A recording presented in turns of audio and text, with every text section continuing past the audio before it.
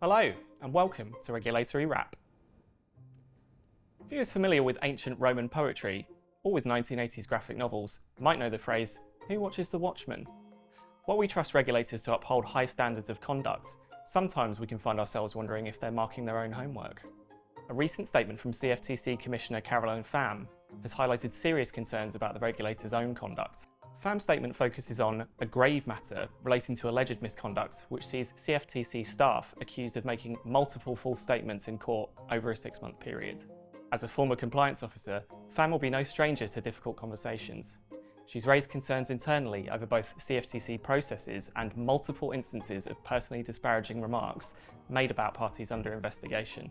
Her damning verdict is that it appears the culture at the CFTC needs to be reformed, tapping directly into growing regulatory expectations around culture and conduct. Rightly, Pham cautions that the CFTC's next steps will now be under intense scrutiny. She believes those steps should see the case being reassigned to Division of Enforcement staff in a different regional office or at CFTC HQ. She also highlights an inherent conflict of interest with the CFTC's enforcement arm taking on the Commission itself as a client, suggesting the US Department of Justice might need to intervene.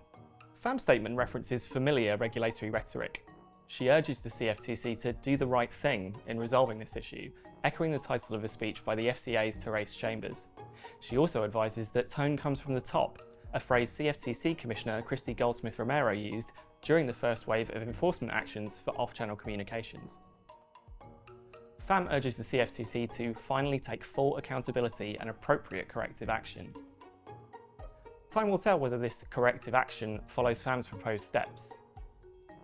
Whatever happens next, the Commission should keep in mind Pham's view that sunlight is the best disinfectant. Because if this misconduct is mishandled, they may end up getting burnt. We'll be watching how things develop with interest.